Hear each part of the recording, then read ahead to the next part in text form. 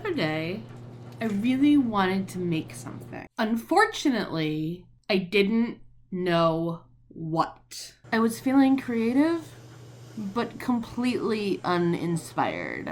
So I did what any sane person would do. Commit murder.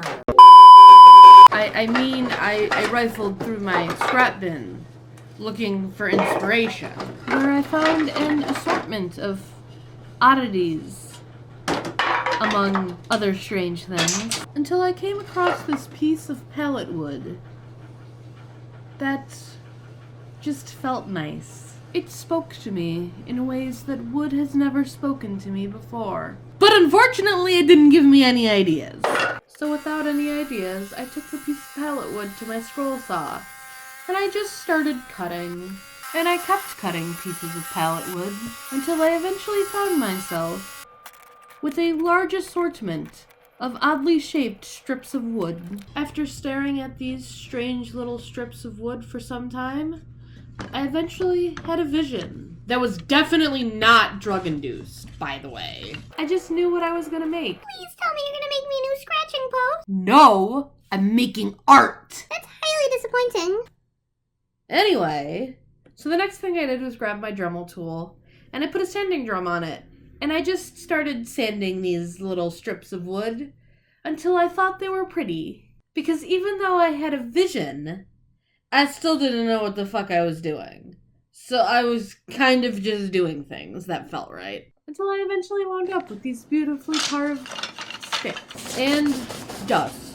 Lots of dust. And then I found these shims in my toolbox, and they felt right. So I ripped them in half and sanded them smooth.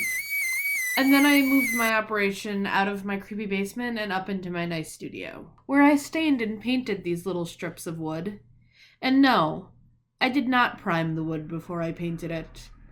A decision I regret. Always prime your wood, people. I could have gotten away with 1 coat of primer and 2 coats of paint. But no, I ended up putting like 6 fucking coats of paint on these stupid little pieces of wood because I didn't fucking prime. And prime your fucking wood, for fuck's sake. Anyway, the next thing I did was glue everything together. And at this point, I finally started to see this vision that I'd had coming to life in front of me. And to be perfectly honest, I'm not even entirely sure this is what I was envisioning. But I was making something, and that's all I really wanted to do. And that's all that matters, I guess. And of course, the last thing I did was coat it with some satin poly. And can we just take a moment to appreciate the wood grain? Oh, it's beautiful. Anyway, here's the final product hanging on my wall. It's gorgeous. It's beautiful. I hope you like it. And if you don't, go step on a Lego for all I care. Thank you.